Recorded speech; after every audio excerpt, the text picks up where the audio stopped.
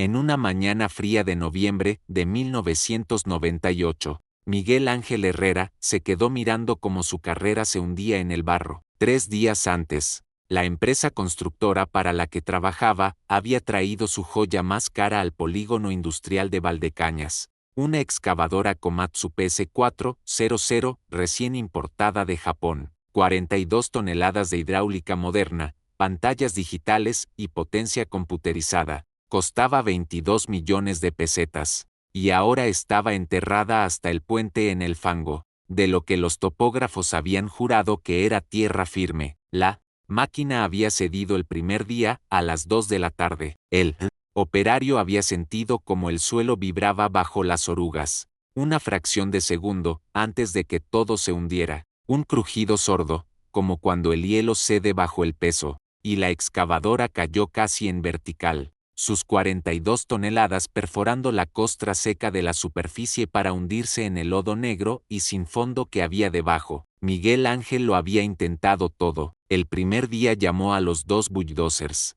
Caterpillar que tenía en obra, los engancharon con cables de acero y tiraron hasta que las orugas empezaron a patinar y uno de los cables se partió con un chasquido que hizo que todos los operarios se tiraran al suelo. La excavadora no se había movido ni un centímetro. El segundo día llamó a una empresa de Mérida, especializada en recuperación de maquinaria pesada. Vinieron con un camión grúa de 30 toneladas de capacidad.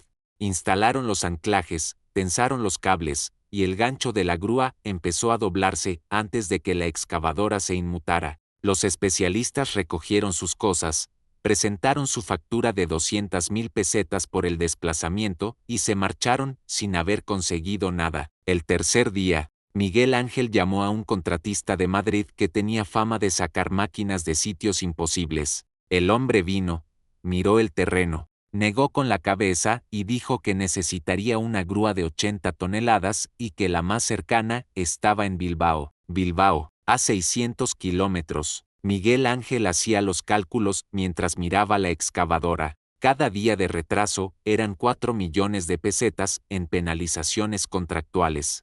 Llevaba 3 días, 12 millones perdidos. Y contando, fue entonces cuando el Ebro apareció en el camino de tierra. Déjame contarte quién era Aurelio Gómez antes de contarte lo que hizo, porque sin entender al hombre no puedes entender la historia. Aurelio tenía 71 años y había trabajado la misma tierra en Valdecañas durante 52 años. Su finca lindaba con la zona donde ahora se construía el polígono industrial. Había visto llegar a los topógrafos 6 meses antes. Había visto cómo marcaban con banderines naranjas lo que iba a ser la nueva carretera de acceso. Había visto cómo traían las máquinas modernas, las brillantes y ruidosas máquinas japonesas y americanas que costaban más que toda su finca. Aurelio no era de los que se quejaban. No se quejó cuando el polvo de las obras cubría sus olivos de una capa blanca. No se quejó cuando los camiones de obra destrozaron el camino de tierra que llevaba a su parcela.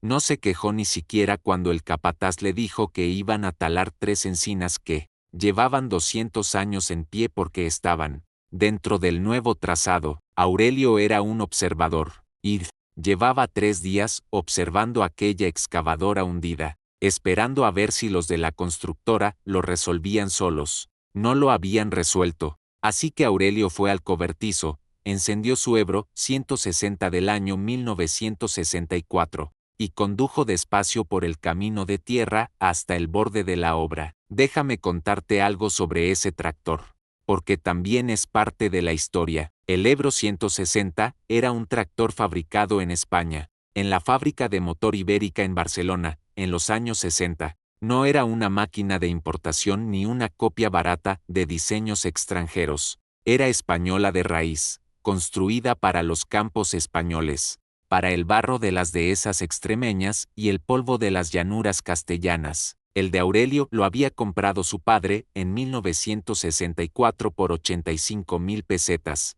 una fortuna en aquella época, más de lo que ganaba un maestro de escuela en un año. Lo había comprado nuevo, en el concesionario de Cáceres, y lo había traído a casa conduciendo despacio por las carreteras comarcales mientras los vecinos salían a mirarlo desde las puertas de sus casas. El Ebro tenía 4 cilindros, 52 caballos, y unas ruedas traseras con unos tacos de goma que parecían garras. No era una máquina rápida, no era una máquina digital, ni computerizada, ni eficiente en el consumo de combustible. Era simple, era directa, era brutal en su honestidad mecánica, un motor que empujaba un cigüeñal que giraba unas ruedas, sin sensores que lo apagaran al detectar sobrecarga, sin ordenadores que limitaran el par para proteger los componentes. Solo hierro y voluntad.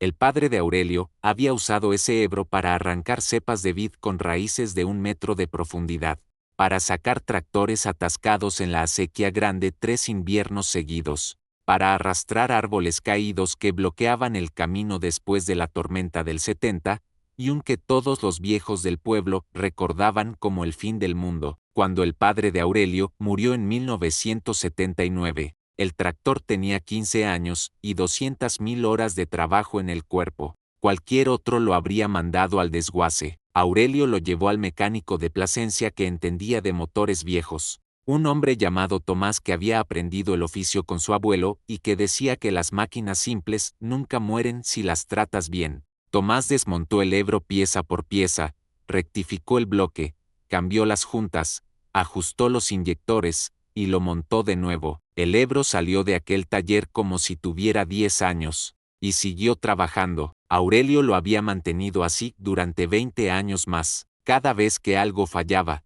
al mecánico. Cada invierno, una revisión completa. El aceite cambiado cada 200 horas, sin excepción. Los filtros limpios. Las ruedas con la presión correcta. En 1998, el Ebro tenía 34 años. Y funcionaba perfectamente. Pausa un momento y piensa en algo conmigo. ¿Has tenido alguna vez la certeza absoluta de que podías hacer algo que todo el mundo decía que era imposible? No la arrogancia de creer que eres mejor que los demás. Algo diferente. Esa certeza tranquila que viene de conocer algo tan a fondo, de haberlo vivido tanto tiempo, que sabes exactamente lo que ese algo puede hacer cuando los demás no tienen ni idea. Aurelio Gómez tenía esa certeza mientras conducía su Ebro por el camino de tierra hacia la obra. Había visto los bulldozers patinan, había visto la grúa doblarse, había visto a los especialistas de Mérida recoger sus cosas y marcharse,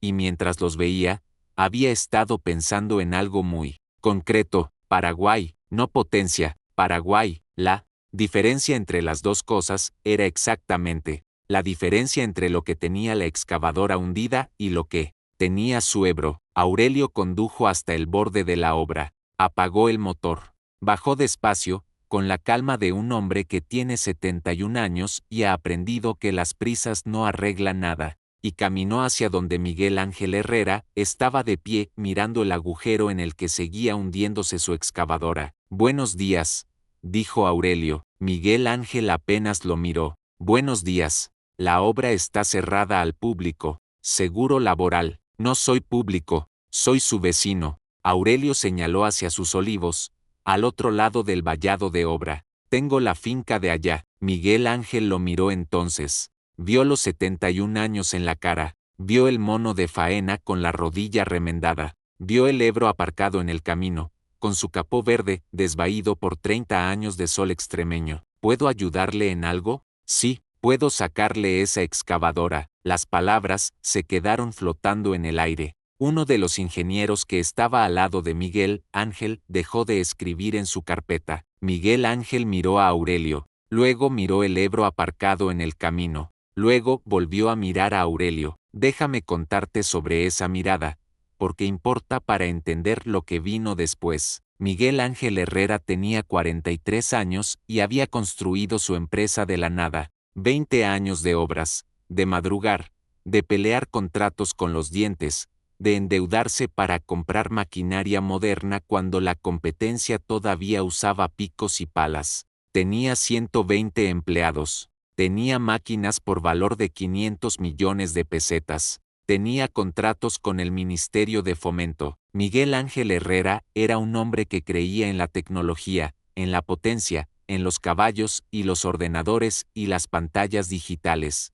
Cuando miraba a Aurelio, con su Ebro del 64 y su mono remendado, veía todo lo que él había dejado atrás para llegar donde estaba, y se rió, no una risa cruel, exactamente, pero sí condescendiente, la risa de alguien que cree que entiende perfectamente los límites de lo que tiene delante. «¿Usted quiere sacar mi excavadora?», dijo Miguel Ángel todavía sonriendo. «¿Con ese trasto?». «Con el Ebro, sí». La risa se extendió. Los ingenieros se miraron. Uno de los operarios que estaba fumando apoyado en un bulldozer hizo un gesto a sus compañeros para que vinieran a escuchar. «Hombre, le agradezco el gesto», dijo Miguel Ángel, «pero esa excavadora pesa 42 toneladas. Mi Ebro vale mucho, pero no voy a tirar de ella con el Ebro solo», dijo Aurelio tranquilamente. «El Ebro va a estar anclado. Voy a usar el cabrestante». «¿Qué cabrestante?». «El que lleva el Ebro en la parte trasera.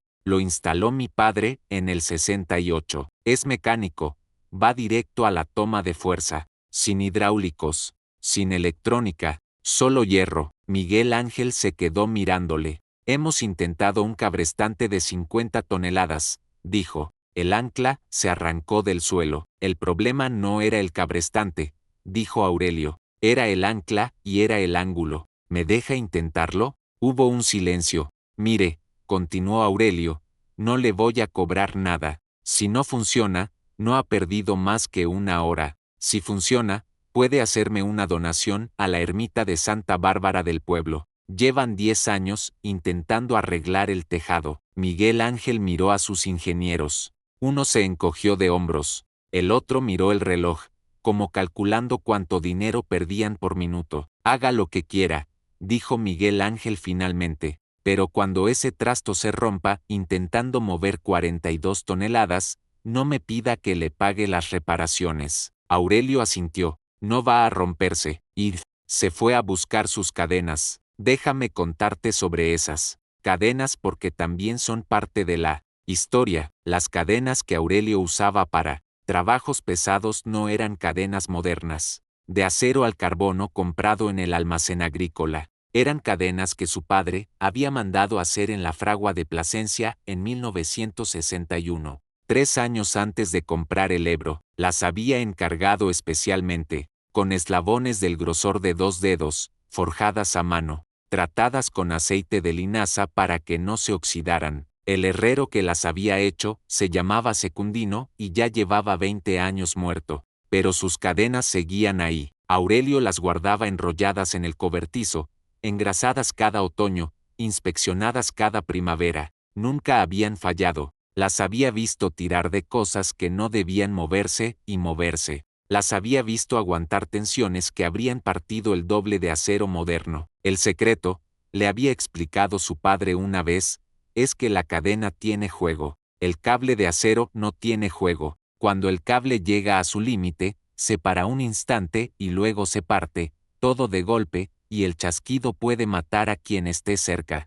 La cadena se tensa eslabón a eslabón, se estira un poco, absorbe el golpe, te da tiempo a reaccionar. Aurelio caminó por el barro hacia la excavadora con las cadenas al hombro. Sus botas se hundían en el lodo hasta el tobillo con cada paso. El olor era intenso, ese olor mineral del barro negro que no ha visto la luz del sol en años. Los operarios lo observaban en silencio. Alguien apagó la radio. El único sonido era el chapoteo de las botas de Aurelio en el barro. Llegó a la excavadora, la inspeccionó despacio, pasando la mano por el chasis, buscando el punto de enganche correcto, no el gancho de remolque, que estaba en el sitio equivocado para el ángulo que él necesitaba. El bastidor trasero, donde la estructura era más sólida, enganchó las cadenas, comprobó el enganche 2 veces, luego 3, luego volvió a tierra firme, pagando cadena por el barro, hasta llegar al Ebro. ¿Seguro que sabe lo que hace?, le preguntó uno de los ingenieros. Aurelio no respondió. Estaba mirando el terreno, calculando el ángulo. La clave no era tirar hacia afuera en línea recta. La excavadora no estaba simplemente atascada, estaba hundida. Había que tirar hacia arriba y hacia afuera al mismo tiempo, siguiendo el ángulo de menor resistencia del barro. Posicionó el Ebro en diagonal a la excavadora, no perpendicular.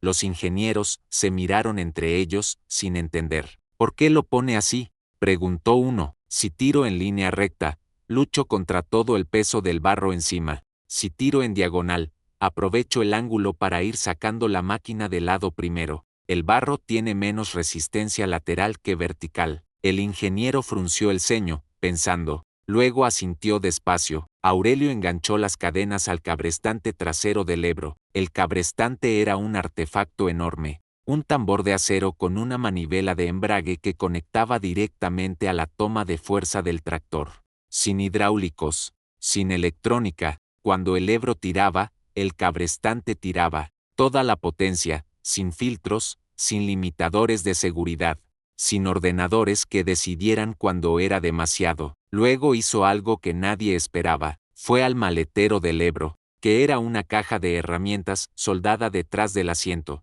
y sacó 4 estacas de hierro de 1 metro de largo y una maza. ¿Qué es eso?, preguntó Miguel Ángel. El ancla, dijo Aurelio. Fue al punto que había elegido, a unos 3 metros del Ebro, y empezó a clavar las estacas en el suelo en forma de abanico, inclinadas hacia atrás, cada una en un ángulo diferente. Luego, las unió con una cadena corta, formando un ancla distribuida en 4 puntos de apoyo. Su empresa puso el ancla en un solo punto, dijo Aurelio mientras trabajaba. Cuando la cadena tiró, toda la fuerza se concentró en ese punto y lo arrancó. Si distribuyes la fuerza en 4 puntos, cada uno aguanta solo 1/4 de la tensión. Los ingenieros estaban tomando notas. Aurelio enganchó el Ebro a las estacas por detrás y a la cadena de la excavadora por delante. El tractor quedó inmovilizado entre 2 puntos de anclaje, como un tensor. Cuando la toma de fuerza girara, el cabrestante recogería cadena y tiraría de la excavadora mientras el ancla de 4 puntos mantenía el Ebro en su sitio. Subió al asiento, arrancó el motor. El Ebro del 64 respondió con su sonido característico. Ese sonido grave y ritmado que cualquier agricultor de su generación reconocería con los ojos cerrados. Un sonido que olía a gasoil y a tierra mojada y a trabajo honrado. Metió la toma de fuerza. El cabrestante empezó a girar. Déjame contarte sobre los siguientes 4 minutos porque son la razón por la que esta historia se sigue contando. La cadena fue tensándose eslabón a eslabón. Aurelio podía oírla, un sonido metálico que iba aumentando de tono a medida que la tensión crecía. El Ebro notó la carga, su motor bajó un poco de régimen, ese bajón que reconocen los tractoristas cuando la máquina empieza a trabajar en serio. Aurelio no aceleró, mantuvo el régimen constante, bajo, con toda la potencia yendo al par y no a la velocidad. El secreto del Ebro no eran sus 52 caballos. Era que esos 52 caballos los entregaba a las 2000 revoluciones, con toda la multiplicación de la caja de cambios, en la marcha más corta, convirtiendo cada vuelta del motor en una cantidad brutal de fuerza en las ruedas. Paraguay, no velocidad, fuerza, no rapidez. En la excavadora, algo crujió. No fue el crujido de algo rompiéndose, fue el crujido del barro cediendo, ese sonido que hace el lodo cuando empieza a soltar lo que tenía atrapado. Un sonido sordo, profundo, como si la tierra protestara. La excavadora se movió 1 centímetro. Alguien dijo algo en voz baja. No llegó a ser una exclamación, solo un sonido que hicieron todos al mismo tiempo. Aurelio mantuvo la toma de fuerza. El Ebro siguió girando, la cadena siguió recogiendo, el motor siguió bajando y subiendo de régimen con el ritmo de la carga, ese ritmo que Aurelio conocía tan bien como su propio pulso. La excavadora se movió 5 centímetros, luego 10, luego un sonido diferente, un sonido que los operarios que llevan toda la vida en obra reconocen inmediatamente, el sonido del vacío de presión cuando el barro suelta una máquina grande, una succión enorme, como si la tierra abriera la boca y soltara un suspiro. La excavadora salió del agujero, no de golpe, no de repente, despacio, con dignidad casi, centímetro a centímetro, sus 42 toneladas deslizándose hacia afuera del hoyo que las había atrapado 3 días. Las orugas emergieron del barro negras y chorreando. El chasis apareció, la cabina, con el barro, secándose ya en el cristal. Aurelio siguió tirando hasta que la excavadora estuvo en tierra firme, a 15 metros del agujero. Luego desembragó la toma de fuerza, apagó el motor y bajó del tractor con la misma calma con la que había subido. El silencio duró quizás 3 segundos. Luego, los operarios empezaron a gritar. No era el grito de cuando pasa algo malo en una obra,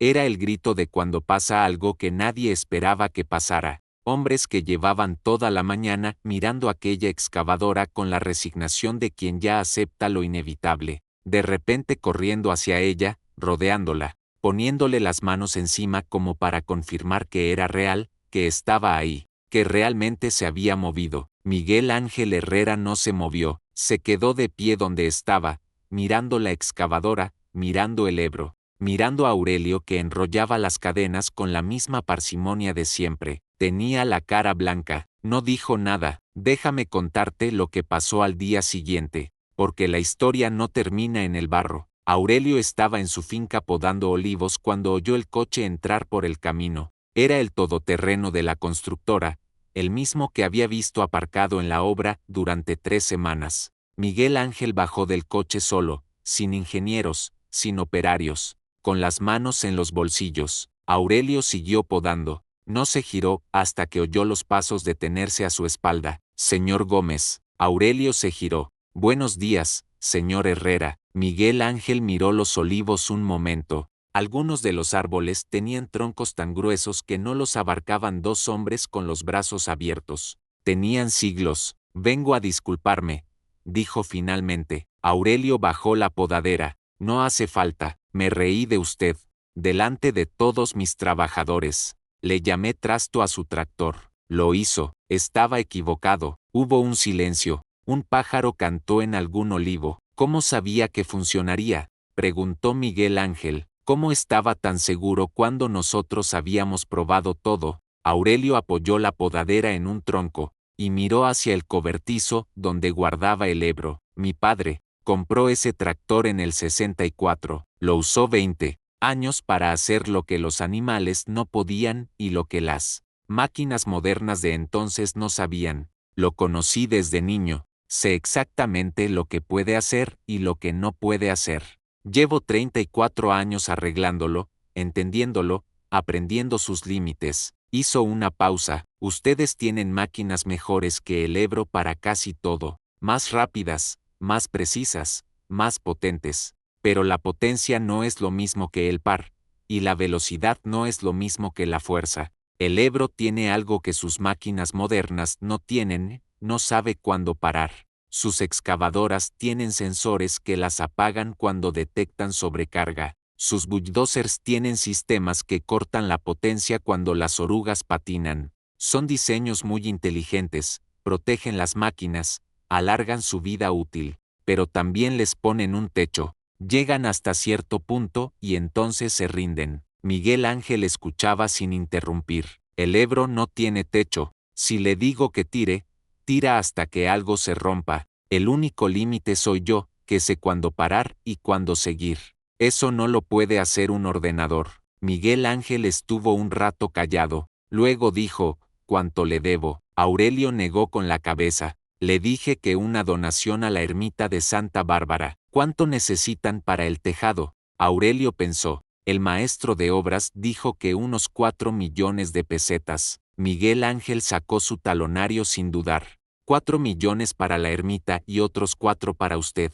Aurelio levantó la mano. Para mí nada. Tengo lo que necesito. La ermita lleva 10 años con goteras. Miguel Ángel escribió el cheque. 4 millones para la ermita de Santa Bárbara. Lo firmó y se lo entregó a Aurelio. Nunca olvidaré lo que hizo, dijo. La mayoría de la gente olvida. Yo no. ¿Sabe lo que aprendí ayer? ¿Qué? Que mi abuelo era más listo que yo. Él no tenía ordenadores ni hidráulica ni pantallas digitales. Tenía máquinas como la suya y sabía exactamente lo que podían hacer.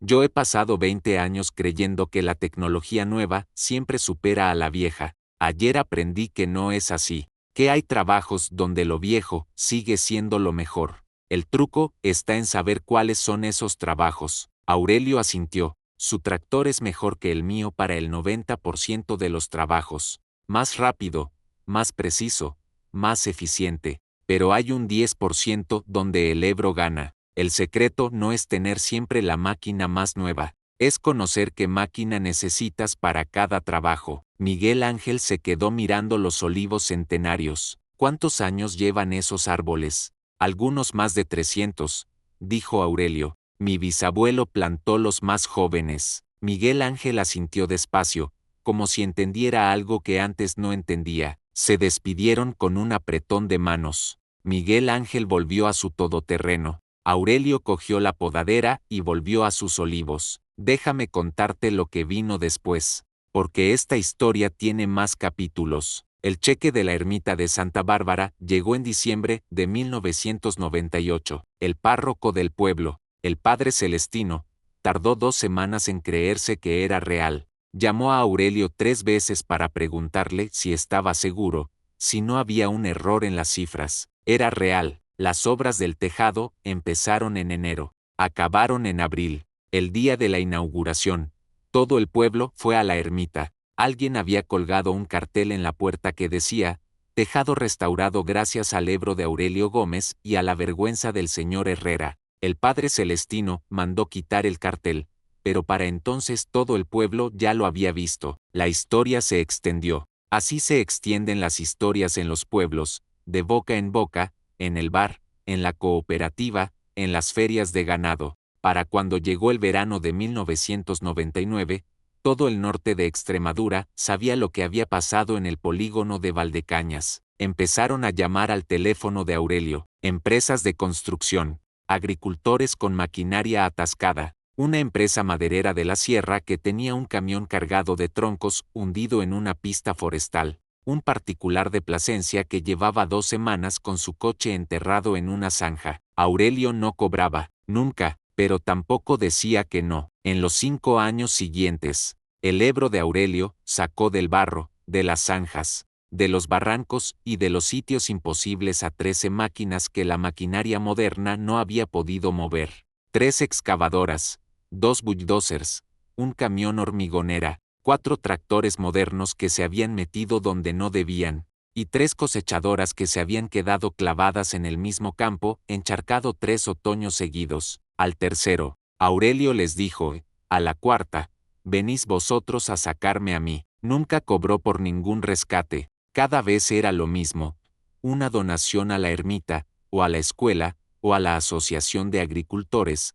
lo que cada uno pudiera pagar. Con esas donaciones, el pueblo arregló la fuente, compró un desfibrilador para el consultorio médico y pagó las clases de mecanización agrícola para los jóvenes del municipio. Déjame contarte sobre el final, porque toda historia tiene un final. Aurelio Gómez murió en marzo de 2004. Tenía 77 años y murió en la misma cama donde había nacido, en la misma casa que había construido su abuelo, con la ventana que daba al cobertizo donde el Ebro llevaba 40 años guardado. Su hijo, Tomás, que había aprendido a conducir el tractor a los 7 años, lo encontró una mañana con una taza de café en la mano y una expresión tranquila en la cara. El entierro fue el más grande que recordaba el pueblo desde hacía décadas. Miguel Ángel Herrera vino desde Cáceres. Vino el padre Celestino, que ya estaba muy mayor. Vinieron los operarios de la constructora que habían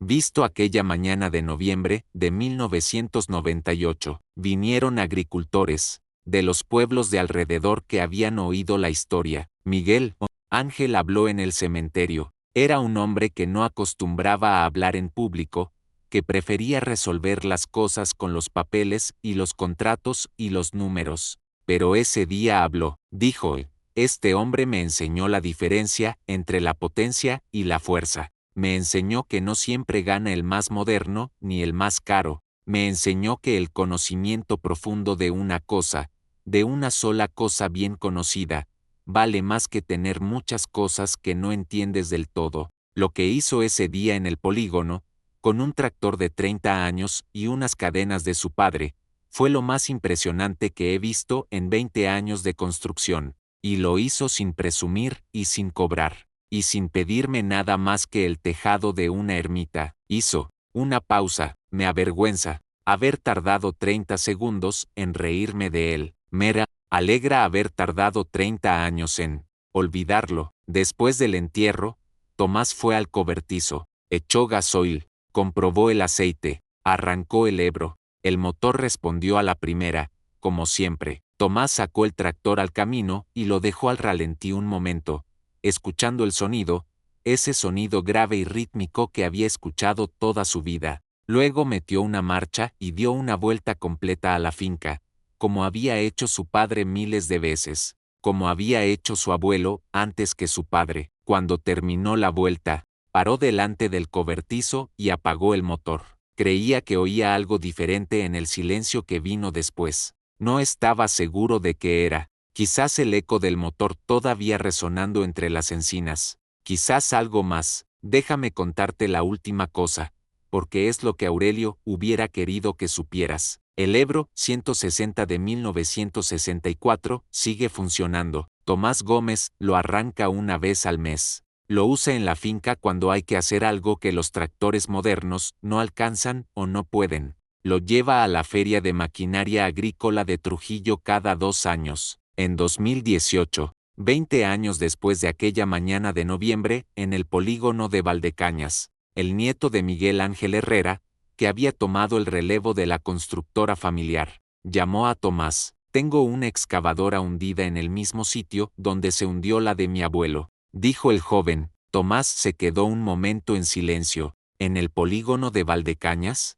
Sí, en el mismo punto exacto. Pensé que era suelo firme. Mi padre me avisó, pero yo le dije que teníamos mejores máquinas ahora, que el estudio geotécnico era más preciso. ¿Y cómo ha ido eso? Exactamente como te imaginas. Tomás sonrió. Voy para allá. Llegó con el Ebro una hora después, conduciéndolo por la carretera comarcal a 15 kilómetros por hora, con los coches haciendo cola detrás porque no había forma de adelantar en aquel tramo. El joven Herrera estaba esperando en el borde de la obra con sus ingenieros, mirando el tractor llegar con una expresión que era mezcla de incredulidad y alivio. ¿Ese es el mismo tractor?, preguntó. El mismo, dijo Tomás, 54 años, y funciona, como el primer día. El joven Herrera miró el Ebro, luego miró a Tomás, luego miró su excavadora hundida en el mismo agujero donde se había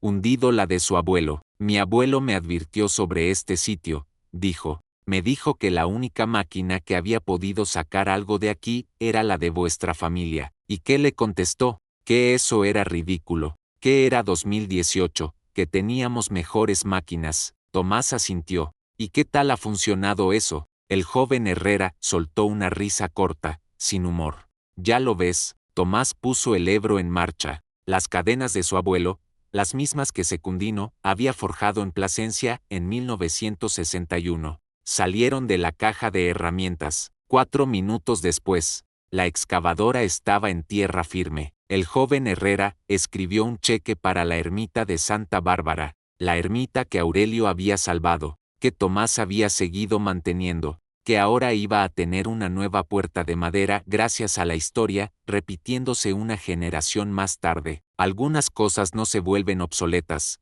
dijo el joven Herrera mientras firmaba. Solo esperan a que la gente las olvide para recordarles por qué existen. Tomás recogió sus cadenas, metió la marcha. El Ebro arrancó hacia el camino con su sonido de siempre, el mismo sonido que había resonado en estos campos durante 60 años. Los ingenieros dicen que la maquinaria moderna puede con todo. Los especialistas dicen que los tractores viejos no tienen nada que hacer frente a la hidráulica y los ordenadores de hoy. Las constructoras dicen que no hay nada que su equipamiento no pueda resolver. Pero en algún lugar de Valdecañas, en un cobertizo detrás de una casa de piedra centenaria, hay un Ebro 160 del año 1964 esperando. Su motor arranca a la primera. Sus cadenas no han fallado nunca. Sus ruedas traseras saben exactamente cómo encontrar el agarre donde los demás resbalan.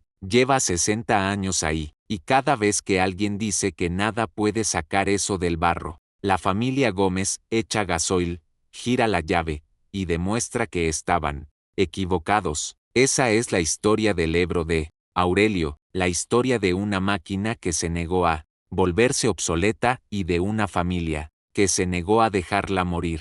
Los ingenieros se rieron, el Ebro tiró, y la excavadora salió del barro.